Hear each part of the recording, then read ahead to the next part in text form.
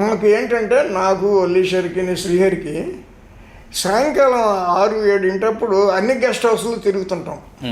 ఆర్ఎండ్బి guest house, జిల్లా పరిషత్ guest house, లేదా రెవెన్యూ గెస్ట్ హౌస్ ఒక రౌండ్ వేస్తాం. విఐపీలు ఎవరన్నా దిగారేమో, మంత్రులు, ఎమ్మెల్యేలు, ఎంపీలు ఎవరన్నా దిగారేమో, సీనియర్ ఆఫీసర్స్ ఎవరన్నా దిగారేమో, ఒక ఇంటర్వ్యూ దొరుకుతుంది, ఒక న్యూస్ ఐటమ్ అని తిరుగుతాం. ఒకరోజు జిల్లా పరిషత్ గెస్ట్ హౌస్కి వెళ్ళాం. లైట్లు మొత్తం ఆరిపేసి ఉన్నాయి గెస్ట్ హౌస్లో, ఎవరు లేడులే అనుకున్నాం.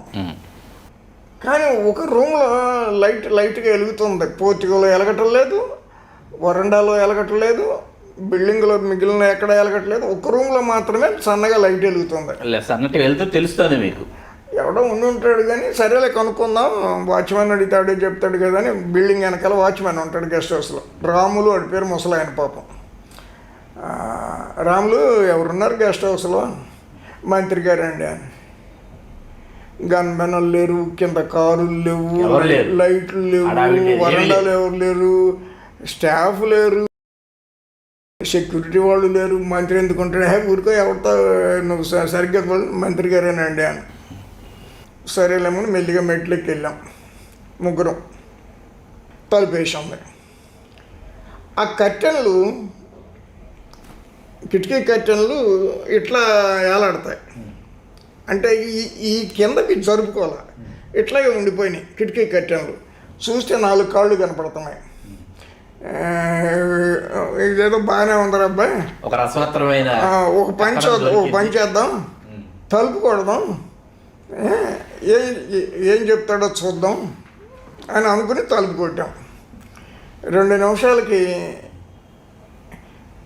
లుంగి సర్దుకుంటా గబగబా బనీను లుంగి అట్టుకుంటా తలుపు తీసాం. మేము మినిస్టర్ గారు ఏదో స్త్రీ సంక్షేమ శాఖ లాంటి మంత్రి గారు అనుకోండి, పోనీ మేము నమస్కారం పెట్టుకుంటే లోపలికి వెళ్ళిపోయాం అంతే. అసలు ఆయన గేట్ తలుపు కట్టగా నిలబడ్డాడు. అంటే నేను నమస్కారం అండి, నేను ఆంధ్రజ్యోతి రిపోర్టర్ని, నమస్కారం అండి, నేను ఈనాడు రిపోర్టర్ని, నమస్కారం అండి, నేను ఆంధ్రపత్రిక రిపోర్టర్. ముగ్గురు లోపలికి వెళ్ళిపోయాం. రండి ఏంటి విశేషాలు అన్న తర్వాత ఊరికినే మీరు ఉన్నారంటే వచ్చామండి. చెన్నారెడ్డి గారి గవర్నమెంట్ మీద మీ అభిప్రాయం కనుక్కుందామని. ఏముందండి చెప్పడానికి, అంత న్యూషన్స్ అన్నాడు. కంగారులో ఏం మాట్లాడటానికి తెలవట్లా. మేము కుర్చీలో సెటిల్ అయిపోయాం ముగ్గురం. ఆయన మంచమే కూర్చున్నాడు, మేము ఎదురుకుంటే కుర్చీలో కూర్చున్నాం. కూర్చుంటే మంచం కింద 4 చెప్పులు ఉన్నాయి. 4 అంటే 2 జతల చెప్పులు, 2 ఆడ చెప్పులు, 2 మగ చెప్పులు ఉన్నాయి.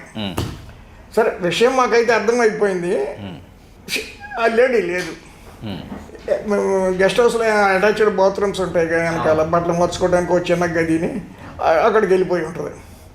నేనేం చేశానంటే ఒక నిమిషం వల్లీశ్వర్ పాస్కి వెళ్ళి వస్తానన్నా. మనకి తెలవాలి కదా అని.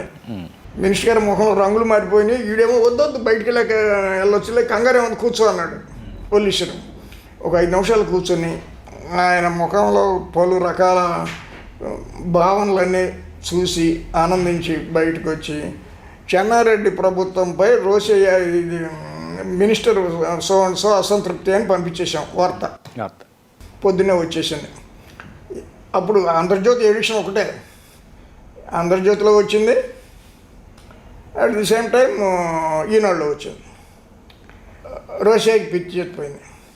ఇక్కడ మా ఐ వెంకట్రావు అనుకుంటా అప్పుడు బ్యూరో చీఫ్, లేకపోతే ఇంకోళ్ళు ఎవరు, రామకృష్ణ గారు, చెన్నారెడ్డి గారు ముఖ్యమంత్రి పిలిచి, నేను అసలు ఆ విలేకరులనే కలవలేదు అని మంత్రి గారు వాళ్ళు ఎవరో కూడా నేను అసలు తెలియదు, ఈ రకంగా అభాండాలు వేశారు, పరువు నామర్ద కేసు పెట్టాల్సి వస్తుంది, కరెక్షన్ వేయాలి, మా వాళ్ళు పొరపాటు చేశారు అని మీరు సవరణ వేయాలని ఆంధ్రజ్యోతికి ఈనాడుకి ఫోన్ చేసి గోల చేసి చెప్పింది. చెన్నారెడ్డి చెమడాలు చేశారు ఒకటి. దానివల్ల వస్తే ఆంధ్రజ్యోతి వాళ్ళు నన్ను ఎడిటర్ గారు ఈనాడులో వల్లీశ్వర్ని అడిగారు, ఇట్లా అంటున్నాడు మంత్రి గారు ఏంటి అని. మొత్తం సీక్వెన్సు మేము వాచ్మెన్ అడిగిన దగ్గర నుంచి పైకి వెళ్ళేవారికి, గేట్ క్రాష్ చేసుకొని రూమ్లోకి వెళ్ళిపోయింది, మంచం కింద ఉన్న చెప్పులు, మంచం మీద ఉన్న దానిమ్మ గింజలు, ఈ మొత్తం స్టోరీ అంతా చెప్పి ఆ కంగారులో మాట్లాడించాం. మాకు న్యూస్ కావాలి, ఆడు దొరికాడు, వాయించుకున్నాం అని చెప్పి ఇద్దరం వివరణ ఇచ్చాం. కోనేరు రంగారావుకి చెప్పారు, ఇది జరిగింది, ఇది కూడా మీరు ఖండిస్తే పోనీ మొత్తం ఫుల్ స్టోరీ వేసేస్తాము అని చెప్పారు. ఈనాడు, ఆంధ్రజ్యోతి కూడా. నండు రామ్మోహన్ రావు గారికి భయం, ఇట్లాంటివన్నీ ఏదో న్యూషన్స్, తలపోటు, పేకల మీదకి తెస్తాడు రాయుడని ఆయన టెన్షన్గా ఉండేవాడు. కానీ నా దూకుడు మీద కొంత చూసి కొంత చూడనట్టు, వీడు తప్పు రాయుళ్ళే వీడు అని ఒక చిన్న భావన, ఇవన్నీ కూడా సర్వైవ్ అవ్వడానికి పనికి వచ్చినాయి ఆయన దగ్గర. లేకపోతే బ్రహ్మదేవుడు ఆయన అసలు ఎలా చేయనివాడు. రిపోర్టర్ ఎవడైనా కొంచెం కాంట్రవర్సీ స్టోరీ రాస్తానంటే ఆయన ఒప్పుకోడు. సేఫ్ జోన్లో ఉండాలి. సరే, ఈనాడు అంటే దూకుడు మీద ఉంది కదా, కాంగ్రెస్ మీద ఒకటి.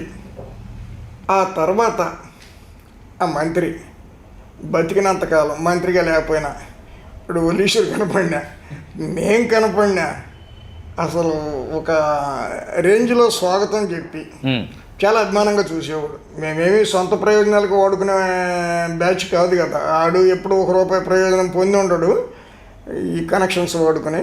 నేను పొందిన గుర్తు కూడా లేదు. ఈ రెండు కూడా బాగా గుర్తున్నాయి. ఆ లేడీ ఎవరో కూడా మాకు తెలిసిపోయింది. తర్వాత ఆవిడ అప్పుడు ఆర్టీసీలో డిఎం ఆఫీసులో పనిచేసేది. ఇప్పుడు ఎందుకు చెప్తున్నానంటే 50 ఏళ్ళ తర్వాత ఆవిడ ముషిల్దన్న అయిపోయి ఉండొచ్చు, లేకపోతే చచ్చిపోయి కూడా ఉండొచ్చు. చచ్చిపోకపోయినా కూడా ఇప్పుడు సర్వీస్లో ఉండే అవకాశం లేదుగా. ఆ మంత్రి గారి పేరు కూడా చెప్పొచ్చు, కానీ ఆయన వారసులు కూడా ముసలోళ్ళు అయిపోయి ఉంటారు. ఆయనకి అప్పటికే నేను అనుకోవటం 65 అట్లా ఉండి ఉంటాయి. మాకు 25 ఏళ్ళ వయసు ఉన్నప్పుడే ఆయనకు 65 ఏళ్ళు ఉంటాయి. సాంఘిక సంక్షేమానికి పెట్టింది పేరు ఆయన. సంక్షేమం అర్థమైంది. అది అయిపోయిన తర్వాత ఈ రెండు నాకు ఏలూరులో బాగా గుర్తుండిపోయే ఇన్సిడెంట్స్. రోసయ్య గారిని మామూలుగా ఏడిపించాల. ఆయన ముఖ్యమంత్రి అయినప్పుడు కూడా నేను ఒకసారి కలిస్తే, ఒరే సంచలనకారుడు రా నువ్వు, నిన్నేం అనకూడదురా, ఇంటికి వెళ్తే ఈ వంకర రాతలు మానేసావా, రాస్తున్నావా అన్నాడు. అంత పెద్దలో కూడా అంత గుర్తుపెట్టుకుని.